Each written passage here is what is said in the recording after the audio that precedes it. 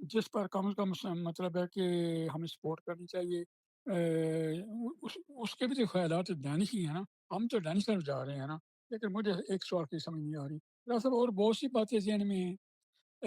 میں اگر اجازت ہو تو تھوڑی پاکستانی سیاست پر بات کر دوں۔ مذہب کریں آپ۔ دراصل پاکستان کے سفارتی تعلقات بہت اچھے ہیں۔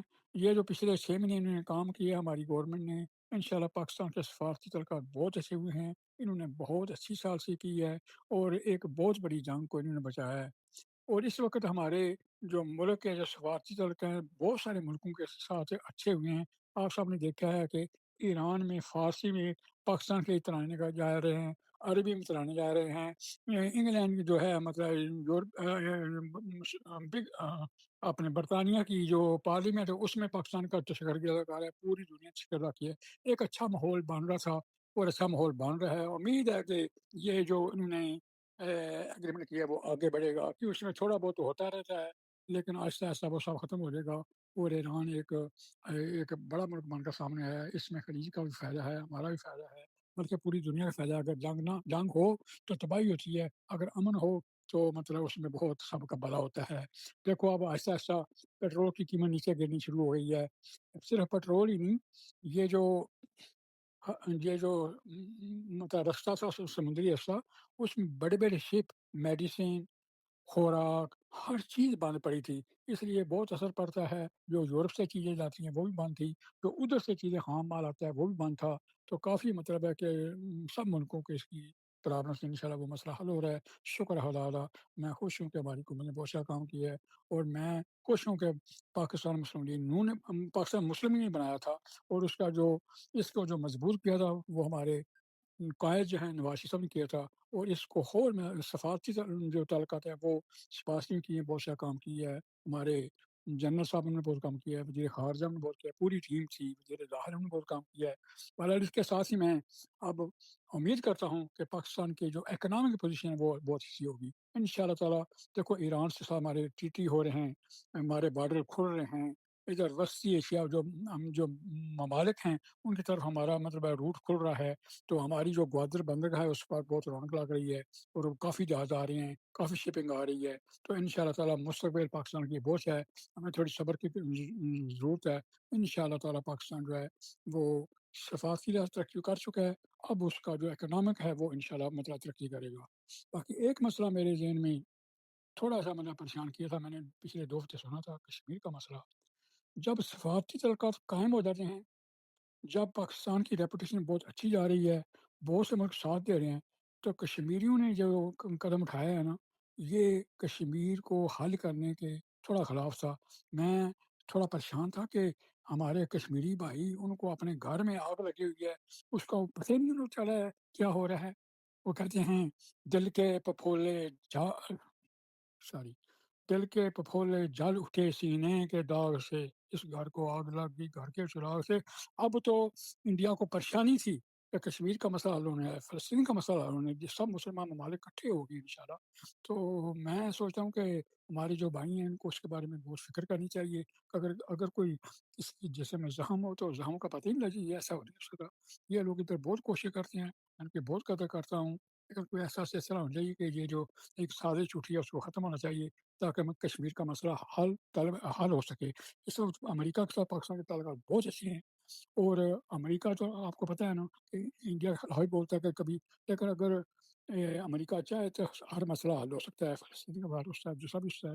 اس لیے میں سوچ رہا تھا کہ ہم دعا کرتے ہیں کہ کشمیر کا مسئلہ حل ہو، کشمیر آزاد ہو، مقبوضہ کشمیر آزاد ہو، فلسطین کا مسئلہ حل ہو، اور مسلمان جو ہیں متحد ہوں، کیوں اتحاد کے بغیر کوئی بات نہیں چلتی، اتفاق کے بغیر کوئی بات نہیں چلتی راج صاحب۔ اس لیے ہم سب کو یہاں پر بھی دینس پالیٹکس میں اتفاق کرنا چاہیے، اتحاد کرنا چاہیے، اور پاکستان کی سطح میں اتحاد کرنا چاہیے۔ پاکستان ہمارا ملک ہے، پاکستان ہماری جان ہے۔ راج صاحب بہت شکریہ آپ نے ٹائم دیا۔ اگر کوئی اور سوال کرنا چاہتے تو میں حاضر ہوں انشاءاللہ۔ Thank you very much. پوچھ لیں گے اگر بات ہاں کرنی صاحب، ہے۔ آپ کا بہت شکریہ، آپ نے بڑی اچھی بات کی کہ آپ دوبارہ ڈینس سیاست کی طرف واپس جا رہے ہیں، بالکل میں آ رہا ہوں، آپ نے بالکل واپس آ رہے ہیں، یہ بڑی اچھی بات ہے۔ یہی تبدیلی ہوتی ہے، اسی تبدیلی سے ترقی کی جاتی ہے، میرے اسی کا ارادے نام اپنے نے، تبدیلی ہے۔ میرے ارادے اپنے نے، میں کسی کی پرواہ نہیں کرتا کون کوئی ہے۔ میں جو کام میں نے دل میں پسند ہے میں کروں گا انشاءاللہ۔ میں آ رہا ہوں انشاءاللہ۔ بہت شکریہ۔ Thank you very much. بہت شکریہ ماں صاحب، انشاءاللہ آپ سے رابطہ رہے گا. بہت شکریہ آپ نے ٹائم دیا. السلام علیکم ورحمۃ اللہ.